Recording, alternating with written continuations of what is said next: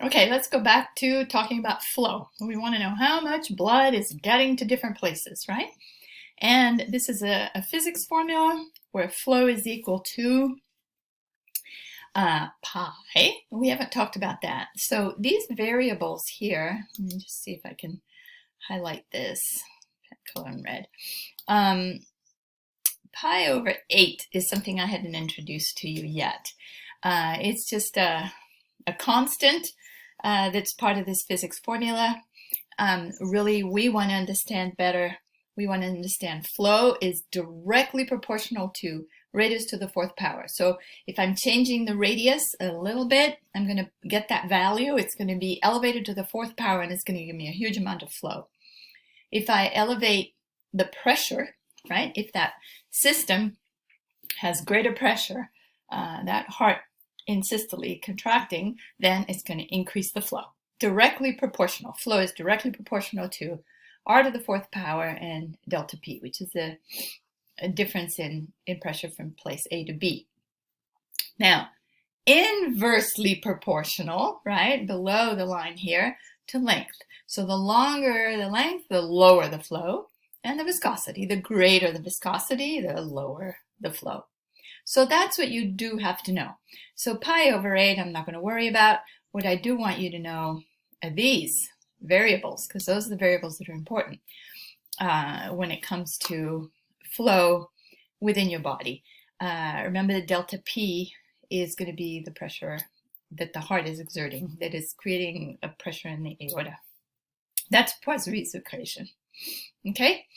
I'll never give you numbers for you to calculate that, but just understand that. What happens if the viscosity increases? Does the flow go up? Does the flow go down? What happens if pressure increases? Does the flow go up? Does the flow go down? So that's conceptually what you have to understand.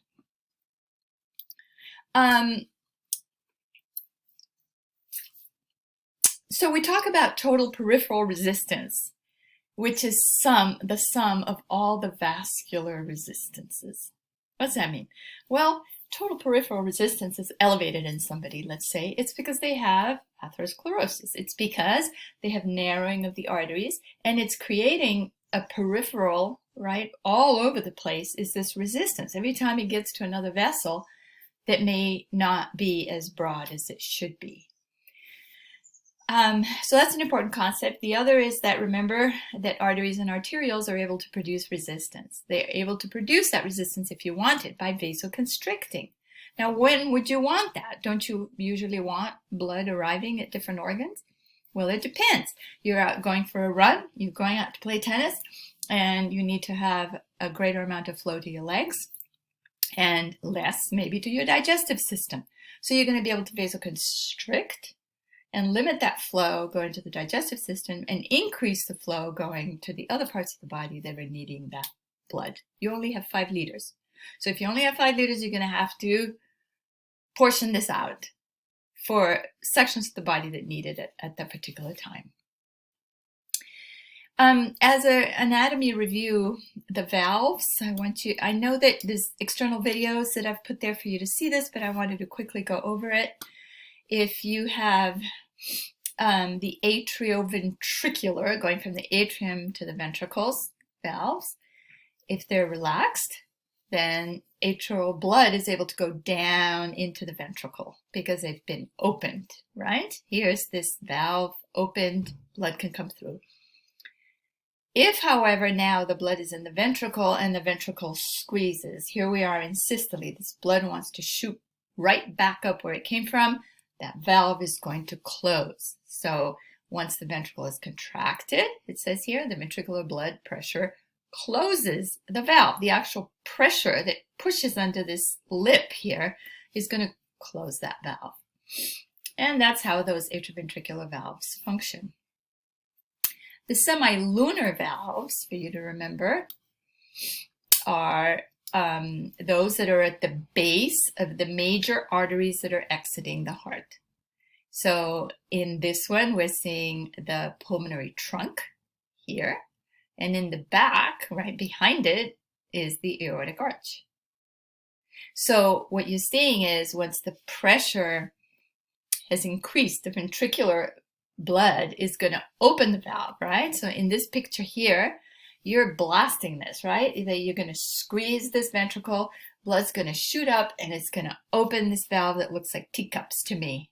Semi-lunar, supposed to look like half moons. Now, once that ejection is over and it relaxes, the blood's going to want to trickle all the way back where it came from. And it can't do that because these teacups or half moons will fill up and close that valve. So where are they? At the base of the pulmonary trunk and at the base here of the aorta. So now that blood has to go on, has to move on. It can't come back into that ventricle. So at one point, atrioventricular was stopping it from going back into the atria, and the semilunar is stopping it from going back into the ventricles. Quick speedy review of that. Heart sounds we talked about when we talked about wiggers, right? The first sound is the lub, the second is the dub, lub dub, lub dub, lub dub. And that's happening because these valves are closing. And when the valve closes, blood crashes. And if blood crashes, it's going to make a sound, right? So the crashing of trying to return from where it came from is going to cause that noise. So the first heart sound, the AV valve is closing, and the second sound, it's the semilunar valves that are closing, and that's the dub, lub-a-dub, lub-a-dub. Murmurs, those are interesting. Murmurs, then, well, you've heard of somebody who has a heart murmur, and that is something is wrong with the valve, that it doesn't close entirely. So if it doesn't close perfectly, some trickling of blood is going to be able to get through that valve. And with a stethoscope, you can hear it. You can hear not just the lub-dub, but you hear something extra, an extra sound there, which is the sound of the blood actually making it past that valve. So those can happen because of scarring of the valves that could become incompetent. The classic example is rheumatic fever actually damages the mitral valve. So when individuals had this kind of fever, can have some of that blood trickling back. Many people live with a murmur all their lives, and their cardiologist will tell them that they have a little murmur, but it doesn't affect you. Now in this picture, right, this is a good valve, and then here it's kind of dwindling away. Do you notice? Much smaller, and that could cause problems. So they do have artificial valves that can be inserted. So let's go to the cardiac cycle now too. The cardiac cycle is one heartbeat. So the terminology, systole, contract. Diastole, relax. Now some other terms. What does it mean when you say end diastolic volume, EDV? EDV is the volume at the end of diastole. So diastole is filling, and that's the end before it starts to contract. So at the end of diastole, EDV is how much volume, how much blood actually came in that will be potentially ejected, and diastolic volume. So as a definition, I've written for you total volume of blood in the ventricles at the end of diastole, and that's about 135 ml. So that varies, of course. This is filling, and in green, it's filled entirely before it ejects. That is the end diastolic volume. What about end systolic volume? End systolic volume is the same. It's the volume at the end of systole. So now you squeeze, systole, eject, right? It goes out. Do you eject every single drop of blood that was in that ventricle? And the answer is no, you do not. There's a lot left in there that didn't eject. You try and eject it, but some of it stays. So the blood left in the ventricles at the end of systole is about 65 ml. Not all of it is ejected. You eject about anywhere from 60 to 70%. And the stroke volume is the blood ejected from the ventricles during systole, right? We talked about that. So systolic volume, the volume that's ejected, can you say it in this way? Think about this. It's the value of the end diastolic volume, in other words, how much you fill that with, and then you take away what was left over, right? And what that difference there is how much went out in that stroke, correct? So if you have a volume of how much it filled with and then how much got left behind after ejection, then you'll know what that volume is that has been ejected, that stroke volume.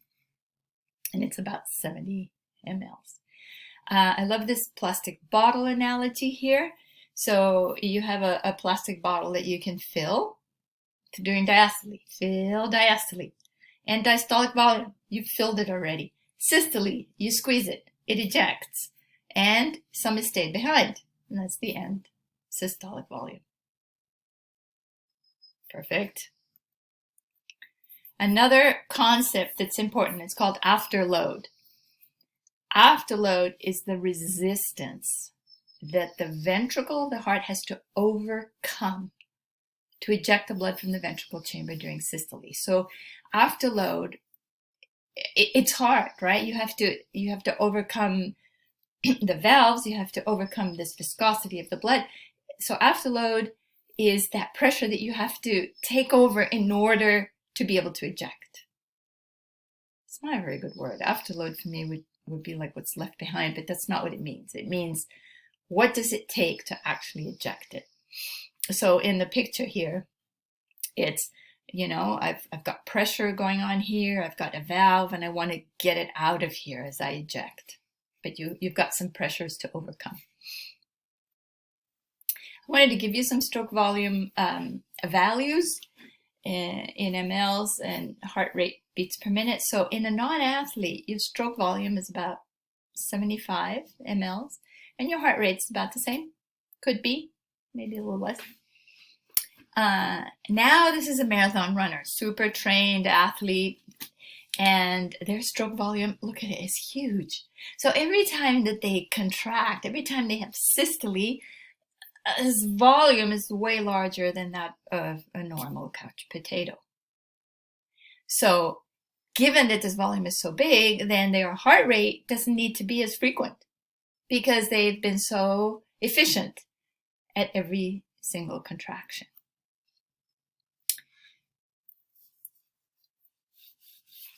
Let's think of blood pressure, because we've been talking about that, all the pressures that you need in order to eject out of the heart. And there's three important variables that are going to determine blood pressure. One is that cardiac output. Cardiac output, your volume of blood.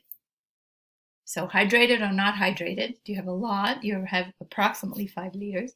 And the peripheral resistance. Do you have atherosclerosis or not? Are these narrowed arteries or are they not? So those three things are going to be very important in determining what that blood pressure of yours is.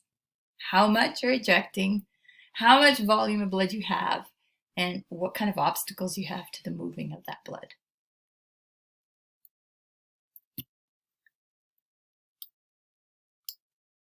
I've already told you this, systole and diastole.